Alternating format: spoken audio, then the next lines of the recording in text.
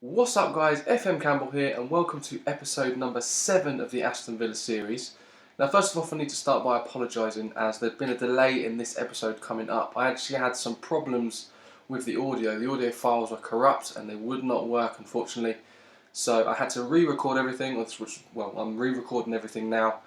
So there has been a little bit of a delay. I did put a tweet out explaining this and I did actually comment on the previous video just to try and make you guys aware. So if you don't follow me on Twitter, make sure you go over there and follow me on Twitter to get regular updates as to what's going on, if there's any issues with some of these episodes as they're going up or anything like that. But moving on nice and swiftly, getting back into the details of what's going on. So, we'll go and start off straight with the schedule. We left you after we were knocked out of the Capital One Cup in the semi-final against Man City. Unfortunately, we lost 4-1 on aggregate, and Simao with the only goal over 2 legs. So, we were knocked out of that, which meant it was purely league games left for the season for us.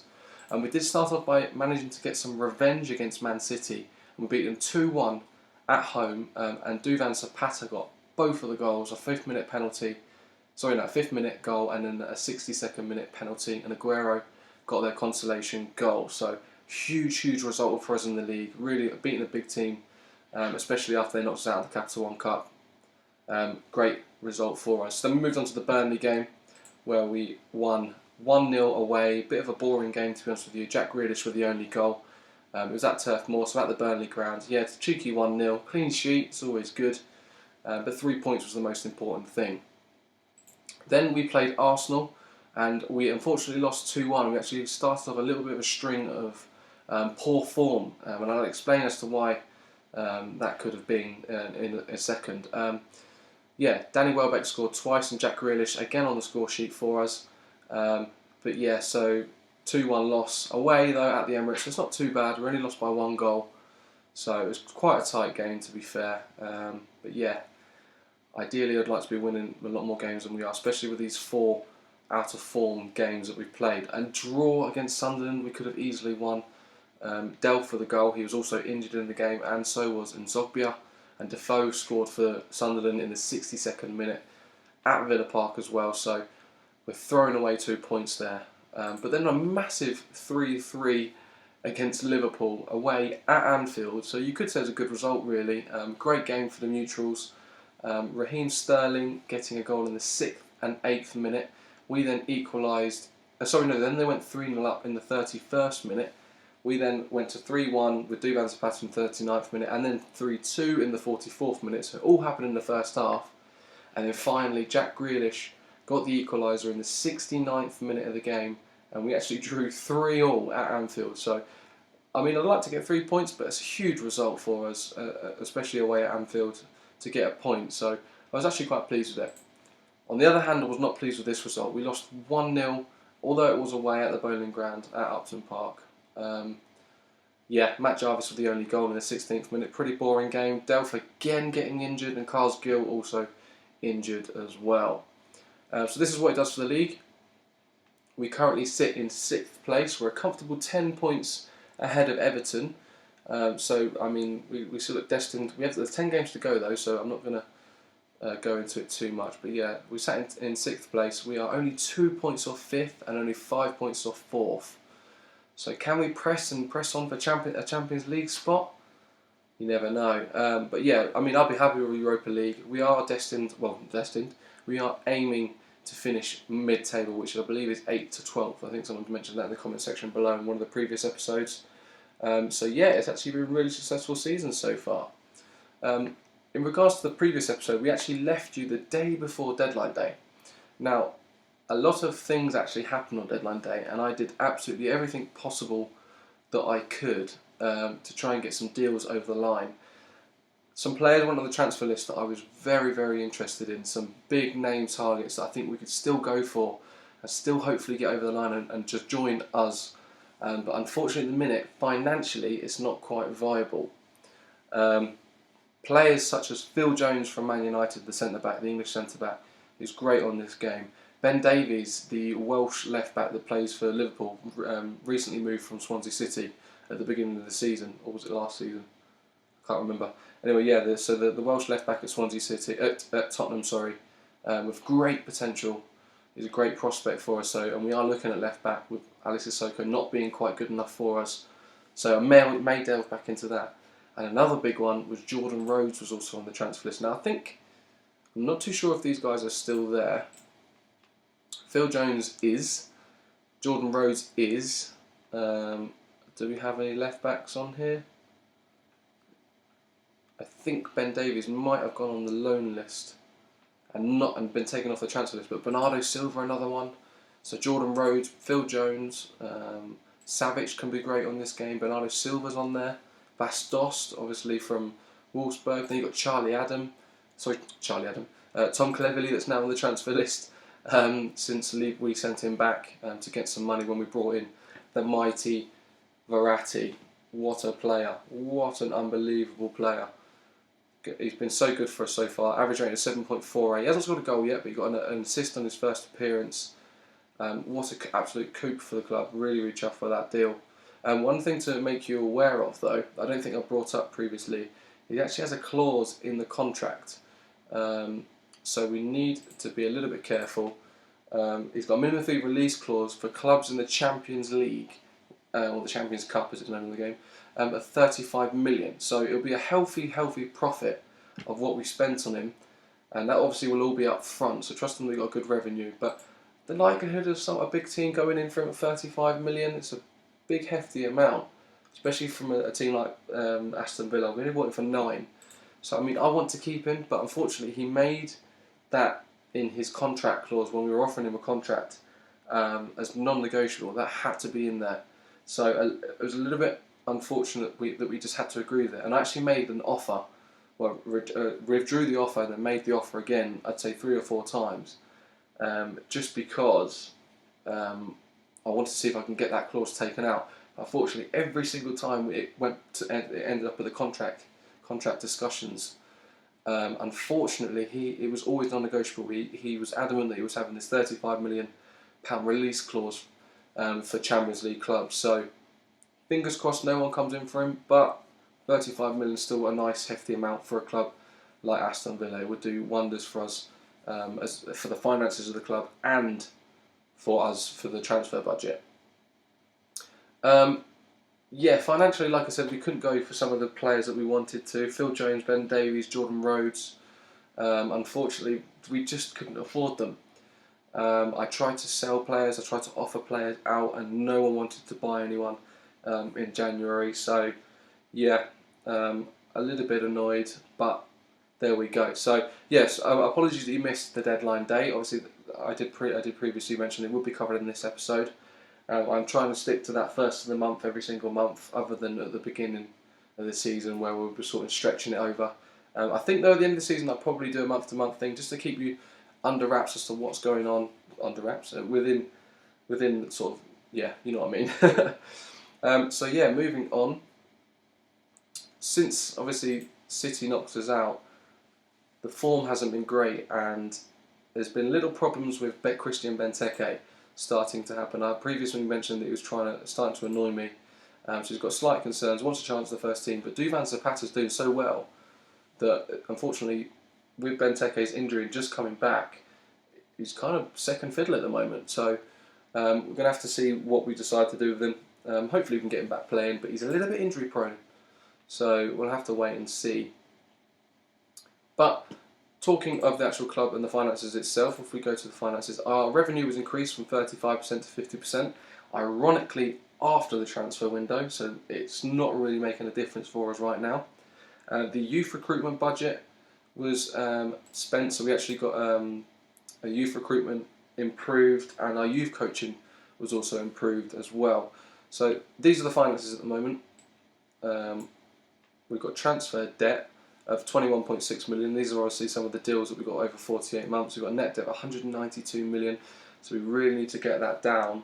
We're looking to make a profit. We're at minus 2.2 million at the minute balance, and then it should go up to about 4.24 predicted by the club. Hopefully these sponsorships will go up next season if we can end up playing in the Europa League. It should help us quite substantially. So yeah, and then obviously we really want new owners to come in. Oh, it'd be amazing for new owners to come in. But we'll go through the squad and we'll just sort of give you a little summary of what my short-term plan or what I'm looking to do with some of these players are. Brad Guzan, he's been a not bad servant, to be fair. Obviously, he's not the best goalkeeper. I'll probably look to keep him, to be honest with you. I know he's on a high wage, so if we can, and he's 30 years old as well, if we can find a young goalkeeper that's relatively cheap, I might go for him. 30 years old, 8 million value, we might look to cash in on that at the end of the season. So we'll see what happens. See if we can maintain our form, well, not the form, but I'll maintain our position, and see how that affects the budgets, how it affects the players' values, and then we can make a sort of an executive decision on what we're going to do. Jed Steer will probably be back up for us again next season. He's English, which is great for homegrown status and registration of players. Zimmerman, he keeps moaning every now and then. We've got a slight concern at the moment. Probably look to get rid of him either on loan for his value to increase, as he hasn't played too much for us, and then we can obviously have Matt Lowton as our backup right back. As for centre backs, Balanta hasn't been doing that great. He really hasn't.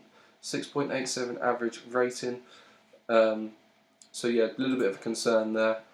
So hopefully we can get him playing next season. Obviously he's one of the best, sort of brightest prospects at centre back on the game. So yeah, it'd be really, really good if we can get him playing next season to a good level. Kieran Clark, simply not good enough. He's been doing okay form-wise. He's only played 18 games. Yeah, definitely probably look to sell him at the end of the season. And this man here, Ron Vlaar, he's been winding me up. His form has been inconsistent. He's had really good games, really bad games. There's a couple of times in the match engine where he's jumped up for a header and he's missed the ball and the ball's gone over him and they've gone on to score. So yeah, Ron Vlaar's been winding me up a little bit conscious of what to do with him though, because he is actually the club captain, so have to be careful and have to really think about that one. Horace Okore, I quite like this guy. His heading's really poor at the beginning of the game. It's now gone up to 12. I think it was 9 when I took control of the club. So yeah, he's only 22, got bags of potential. So unless you can cash in sort of 10 million plus on him, we'll probably keep him for the next season. Bakuna, I do like his versatility. He can play all the way down the right hand side, so it's great for right back, right wing. He's predominantly a centre midfielder. So I mean, we'd either loan him out, or if we can get a good fee for him, we'll sell him as well. It all depends on what happens with the finances and what we can do moving forward with the club, obviously. In regards to left back, Enrique will definitely be our backup next season. It's our first choice that we're and ahhing about. Ali Sissoko, he's probably not good enough at the moment. Well, not saying at the moment, he's probably not good enough for the future.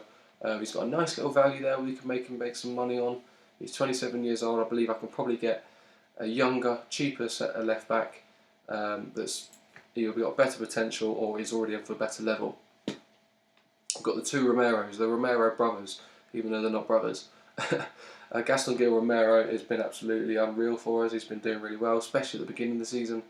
And Lucas Romero is the man. I absolutely love this guy. He's my boy. Then we have Ashley Westwood. Hasn't really been playing for us. Probably sell him at the end of the season. Average rating is 6.6. So yeah, a lot to think about with making some money on him. But unfortunately, his value is really decreasing. Was up at like 7 million at the beginning of the season. So we'll either look to loan him out to try and get his value back up, or we will just cut our losses and get rid of him. Carlos Sanchez, cannot get this guy playing very well. Average rating is 6.62. Lucas Romero is obviously a much better player. He's 29 years old. His wages aren't too bad. His value is decreasing, but he just won't hit some good form. So we'll definitely look to sell him, I think, at the end of the season. Charles Nzogbia, I would like to keep him actually if it wasn't for two things. His form's been okay, he's been scoring, but he's on 48 grand a week and his mental stats are terrible, really, really terrible. And we don't really play a number 10 too much as well, so that's another thing. And he's 28 and his value's not too bad. So yeah, we'll definitely probably look to cash in on him at the end of the season, just because of the wages mainly. Then we have Jack Grealish. Great prospect, loads of potential in him still. He can play left and right sided. Definitely keep him. Value's still increasing. His wage is still very small. We've got him for another 3 years before we have to offer him a new contract. So yeah, I'm liking Grealish at the moment. He's scoring goals too. Carles Gil, 50-50 on this guy. He plays in the 10, but he can play on the left and the right. I've been using him as backup at the moment. As you can see, he only had 11 starts. Not played that well via his average rating. He's 22 though, and his value is increasing. So I'm either going to try to find a place for him in the team, or I'm going to loan him out. One or the other. I'm trusting I can get 100% of his wages paid. Fabian Delph obviously helps with the fact that he's English. I'll probably look to keep him next season actually. If I can find a buyer for him, he's on quite a high wage, his value is very high. There are a lot better centre midfielders out there, but the fact that he's English is a great bonus to us. So he's got a good average rating as well so far. He's only had 18 starts though. Obviously, Gaston Gil Romero has been playing ahead of him for a lot of the season, but I do like his physical stats. His mental stats are very good. He's only 25. His technicals aren't that great. Could do with some work, but just a little bit difficult with that wage. We've got him to 2020. Obviously, this is a new contract, by the way. He's signed a new deal. To 2020. So he's got a couple of problems with injuries as well. But I think I'll keep him next season, and then we'll see what we decide to do at the end of the season. Of the next season. Marco Verratti, what can I say? Unreal, just crazy buy for the club. So fortunate to get him. Such a great player. Joe Cole, I cannot get rid of this guy quick enough. He's on 20 grand a week and he's done nothing. He's played for us once and he's come off the bench once. His physical stats are terrible. He's 33. He's past it, but no one will bloody buy him. He's obviously a little bit versatile, but you can't play him on the wing because he just gets knackered. And his stamina is 6, and it's a forced substitution every single time you play him. Simao, I'd expect him to probably retire at the end of the season. Again, his physical stats are terrible. He hasn't played too many games for us, but he's done a good job. He scored 4 goals in 7 games and 7 starts, so not too bad. Only on 10 grand a week. But yeah, 35 years old. You'd kind of expect him to retire, if not, well, his contract's up anyway for us, so he'll definitely go. Saviola, he's actually been a really good buy for the club. He's cheap. He's still got great stats for his age. His physicals are obviously decreasing. We have got him for another 2 years, so I'll probably look to make some money on him. Well, we won't make any money on him, but we'll sell him in the season. I mean, he's third choice now. He's not playing enough. If we're rotating between Benteke and Zapata, until as of late, because Zapata's been in such great form. But yeah, Saviola as third choice. It's been great to have him. I mean, 2 goals in 3 starts. It's not great. It's not a bad stat at all. But he's obviously got a bit of a concern now that he wants to be playing first team football, which is fair enough. So we'll probably let the legend that is Javier Saviola go at the end of the season. Now, Benteke, affecting squad morale massively. His form has been really poor. Look at this, average rating is 6.58. Every time I've started him, he's not done well. He's got 2 goals in 9 games, 4 from the bench. And last 5 games he's done well, to be fair. He done well in whatever game this was. I'm not too sure where it was. Where are we? No, it's not in any of them. But yeah, no, so a little bit, I don't know, Benteke's winding me up a little bit. He's moaning all the time. Clubs keep coming in for him and he wants to go to them. Then he gets injured. Then he decides he wants to stay, and the morale, he's affecting the morale. He's affecting which affects the form, obviously. So I don't know. I'm probably look to sell him. I think. See what happens. See if we can make a decent, hefty, get a nice fee for him. Don't really know. We'll see what happens. But this man, Duvan Zapata, has been absolutely unbelievable. Average rating is 7.3. Him and Verratti have been absolutely crazy good for us. He's 6'1". I never actually realised that until a couple of weeks ago. Well, I'd say a week ago. 23 years old. He's on loan. We might look to try and buy him permanently at the end of the season. I have been made aware that his work permit status is quite hard to get over. So we'll see what we can do. We've got him for so cheap as well, 7.5k a week. He's got 14 goals in 19 appearances. Great turnaround. What a loan. What a bit of business that we decided to do last minute at the beginning of the season. Really, really pleased with him. He's been so good. So yeah, that pretty much covers the first team. I'll do the under 21s, which is a lot bigger. I'll give you a little bit of a look at it now as to what we're deciding to do with all of these guys. I know a couple of people have been asking about different players in the comment section, that what we're trying to plan to do with them. Obviously, I've been asked about what's his name on the left hand side. that we sent back to Man City. He's joining at the end of the season, I believe. Where are you? Scott Sinclair, yes. He's joining at the end of the season. I'm unaware as to what his contract will be when he joins. I don't know. I mean, I don't know where I can find this out, but yeah. Oh, here we go. 30 grand a week, so that's too expensive. I want to get him out on loan and get him sold either in January or at the end of next season. He's not good enough. As simple as that. That's why I sent him back on loan. So yeah, I'm happy to let him go. If I can aim for the stars and get some better players in this position, we've already got Grealish, it's probably of his ability already, then we will do so. But yeah, that's pretty much been episode number 7. That's all I can think of I need to update you with. Make sure to get your comments in below as to what you want me to cover. Obviously some of the months can be a little bit repetitive. I don't want to get you guys to get bored, so make sure you get your comments in as to what you want me to cover, and I'll think about it each episode. But yeah, that's episode 7. Thanks very much for watching. Feel free to leave a like if you've enjoyed the episode. Feel free to subscribe if you like the content. Just thanks for watching, I guess. Yeah, I'll see you in episode number 8. Peace.